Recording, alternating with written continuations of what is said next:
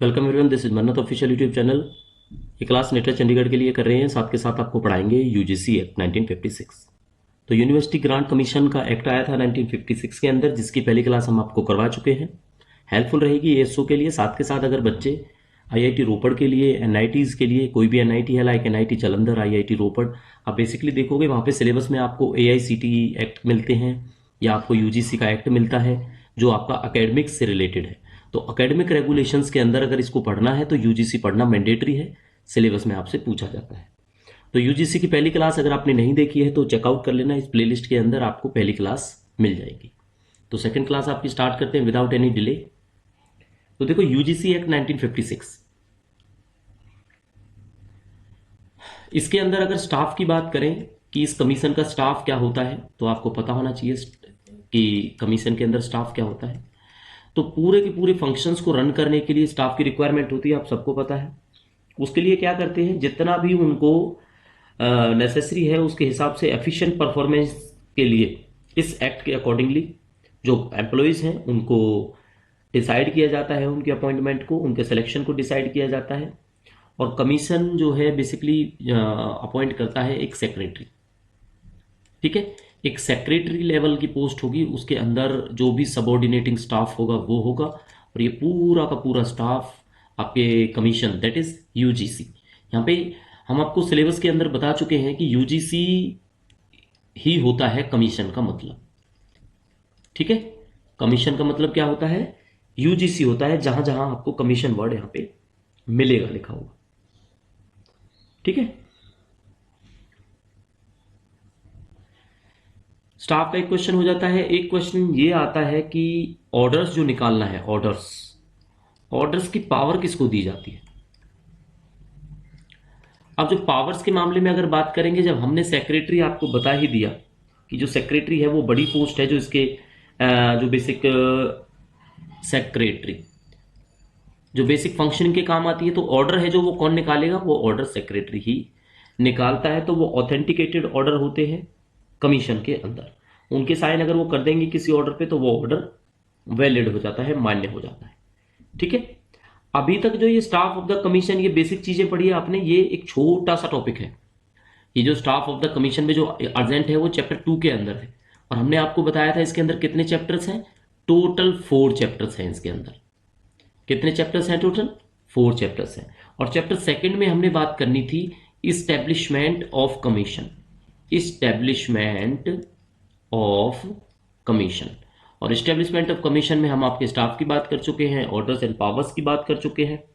Meetings की अगर बात करेंगे तो जब भी रिक्वायरमेंट होगी, नोटिस निकलेगा, मीटिंग इश्यू हो जाती है।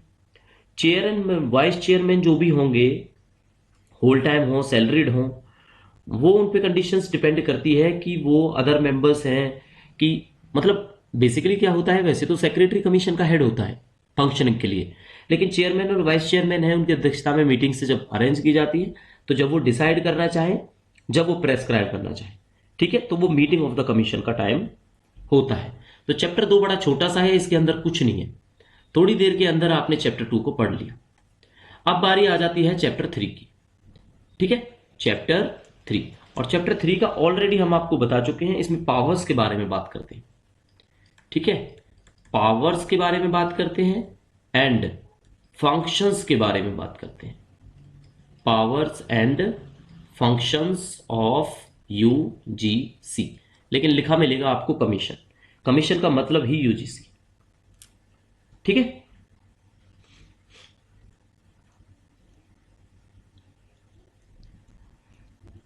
तो देखो फंक्शंस डिस्क्रिप्टिवली आप पढ़ना चाहो तो यूजीसी का पूरा एक्ट 1956 का है, वो हम अपने जो भी मेंबरशिप टेलीग्राम चैनल है उसमें अवेलेबल करा देंगे, उसके अंदर आप पढ़ सकते हो। बट अगर डेलिबरेटली अगर बात करनी हो, बेसिक बेसिक हमने फैक्ट अगर इसके पढ़ने हो, तो देखो सबसे बड़ा काम है इसका एलोकेट एंड डिस्पर्स। क्या करना होता है, allocate and disperse, allocate and disperse. क्या डिस्पर्स करना, फंड।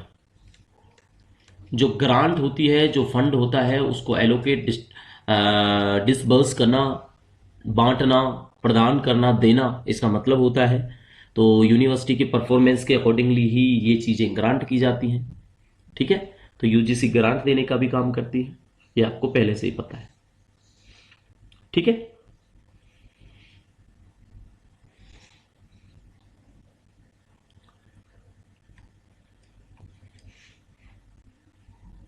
एक बात तो ये होगी।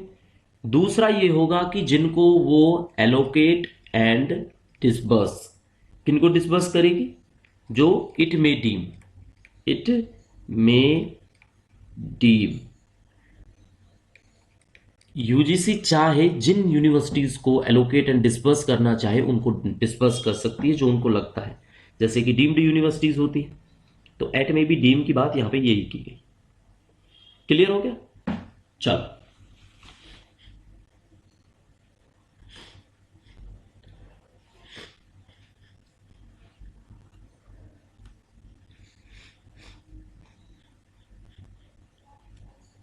इसके अंदर आपसे पर्पज भी पूछ सकते हैं, किस पर्पज के लिए दे सकते हैं। तो आपको पता है एलोकेशन या फंड एलोकेशन किसके लिए होता है? मेंटेनेंस के लिए होता है, यूनिवर्सिटी के मेंटेनेंस के लिए होता है। दूसरा किसके लिए होता है? डेवलपमेंट के लिए होता है।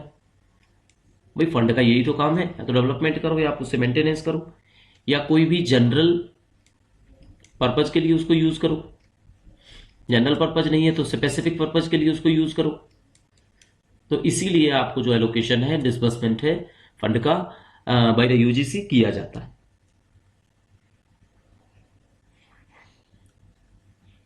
ठीक है, दो काम हो गए। तीसरा काम इनका क्या होता है? Standards banana, standards for universities. ये बनाने का काम यूजीसी करता है कि भाई इस स्टैंडर्ड को फॉलो करो तो हम आपको ग्रांटिंग करेंगे, आपको जो है आपकी वैलिडिटी बरकरार रहेगी। तीसरा होता है रिकमेंड करते हैं किसी भी यूनिवर्सिटी को, recommend to any university, like improvement के बारे में। ठीक है, एडवाइस भी करते हैं। अब कोई पूछेगा एडवाइस किस लिए करते हैं, तो किसी के भी लिए कर सकते हैं, इंप्रूवमेंट्स के लिए कर सकते हैं।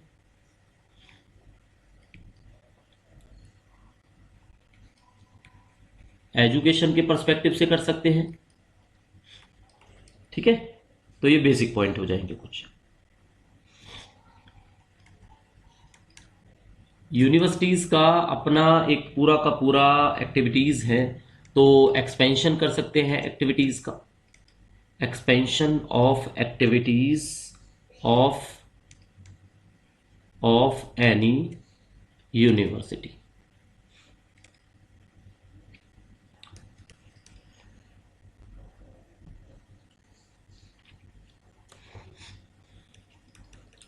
एफिलिएशन का काम करते हैं, ये तो आपको पता ही है। मान्यता प्रदान करने का काम भी यूजीसी का होता है कि यूजीसी से वो यूनिवर्सिटी है, कॉलेज है, वो ग्रांटेड है, एफिलिएटेड है या नहीं है।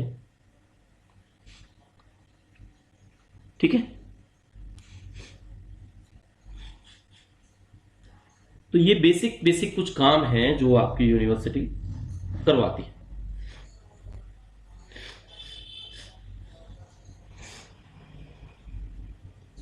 अब ये जो powers and functions of the commission का चैप्टर है, इसके अंदर कुछ डेफिनेशंस भी आती हैं। बेसिकली पढ़ाएंगे हम आपको वो डेफिनेशंस, कॉलेज के बारे में, प्रोसिक्यूशन के बारे में, रेगुलेशन के बारे में, क्वालिफिकेशन के बारे में। क्वालिफिकेशन का क्या मतलब है? क्वालिफिकेशन का मतलब है कोई डिग्री या कोई qualification awarded by any university, उसको बोलते हैं क्वालिफिकेशन।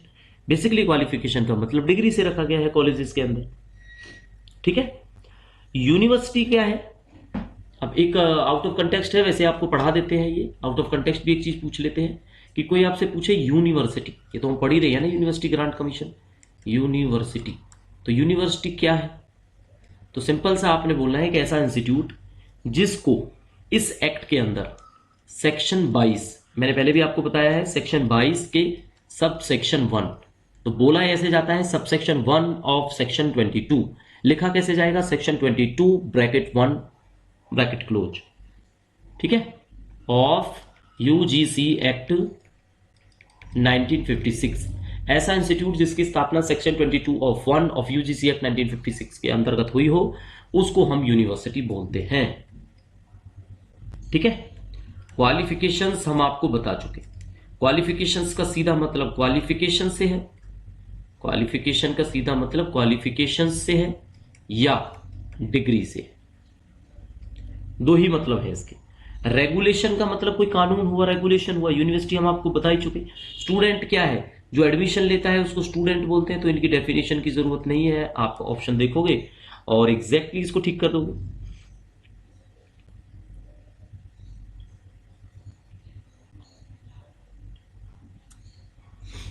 ठीक है। एक होता है प्रोसेक्यूशन। अब इस प्रोसेक्यूशन को पुलिस के टर्म में मत समझना, इसका मतलब है कोर्स ऑफ स्टडी के मतलब में, जो आपका कोर्स है उसके मतलब में प्रोसिक्यूशन क्या होता है, इसके मतलब होता है प्रमोशन। प्रमोशन, ठीक है। प्रोसिक्यूशन का यहां पे मतलब है promotion from one part two another part. Promotion from one part two another, ठीक है। ये उस तरह से प्रमोशन की बात की जाती है इसके अंदर। हो गया आपको ये क्लियर? तो ये कुछ डेफिनेशंस थी जो बेसिकली हमने आपको बताई।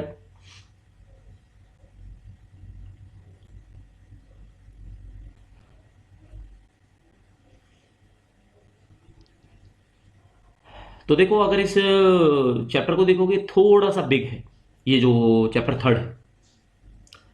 कुछ प्रोहिबिशंस भी हैं कि कब ग्रांट नहीं देंगे, वो आपको पता है। जितने जितने आपको पॉइंट्स बताए, अगर वो उनको एंटोनिम कर दिया जाए, उनका विलोम कर दिया जाए, उनका अपोजिट कर दिया जाए, तो ग्रांट बंद हो जाती है। फिर भी हम डिस्कस करेंगे, लेकिन ये नेक्स्ट क्लास में करेंगे। ये क्लास लिटरली आपके लिए बहुत छोटी है, ठीक है। एक इंपॉर्टेंट इंफॉर्मेशन उन बच्चों के लिए है, बिल्कुल इंपॉर्टेंट इंफॉर्मेशन है। अभी देखो क्या है, एप्लीकेशंस जो हैं आपके, इस चीज को याद रखना आप, एप्लीकेशंस हैं वो 15 अक्टूबर तक इनवाइटेड है। 15 अक्टूबर तक आप फॉर्म भर सकते हो। तो इसका मतलब ये है कि 15 अक्टूबर तक एप्लीकेंट्स को पढ़ने की जरूरत नहीं है, ऐसा वो मानते हैं। उनको लगता है कि 15 तक तो फॉर्म फिल करेंगे, फिर कहीं ट्राई करेंगे, उसके बाद एक सिलेबस आ जाएगा, उस सिलेबस को देखने पे जब तक स्टार्ट करेंगे, फिर देखेंगे कि एग्जाम की डेट है वो कहीं दिखाई नहीं दे रही है दूर दूर तक। फिर जब एग्जाम की डेट आ जाएगी, उसके बाद आपके पास रह जाएंगे 25 से 30 दिन का टाइम। तो 25 से 30 दिन के अंदर डिफरेंट जितने भी यूट्यूब चैनल्स हैं या कोई चैनल है, माध्यम है आपका टेलीग्राम में, वहां पर वो बच्चे कमेंट करेंगे कि डेली मैराथन क्लास लाओ, डेली आप पोस्ट स्पेसिफिक की क्लास लाओ, जीके का भी हमें पढ़ाओ, कंप्यूटर की भी क्लास हमें करवाओ। उस टाइम पे 25 दिन के अंदर बच्चों को कम से कम 100 क्लास चाहिए होती है। और आज की डेट में जो क्लास स्टार्ट कर रहे हैं, अभी क्लास पे रिव्यू देख लो आप बच्चों के, अभी ये नहीं देखेंगे, लेकिन पेपर के टाइम पे ये सारे के सारे देखेंगे। पूरे के पूरे 24 घंटे के अंदर 50-50 हजार व्यूज होंगे चैनल पे। और अब आज की डेट में अगर आप देखोगे तो 5-10 हजार व्यूज है, इससे ज्यादा किसी को पढ़ने की चिंता नहीं है। तो फोकस कर लो स्टडी करने के लिए, धीरे धीरे आप जब स्टार्ट करोगे तभी कर पाओगे। कंपटीशन बहुत है, ऐसे सिलेक्शन नहीं होने वाला, ठीक है। तो ये इंपॉर्टेंट मैसेज है उन बच्चों के लिए जो खासकर ये सोचते हैं कि जब एग्जाम की डेट आएगी तब उस चीज को डिसाइड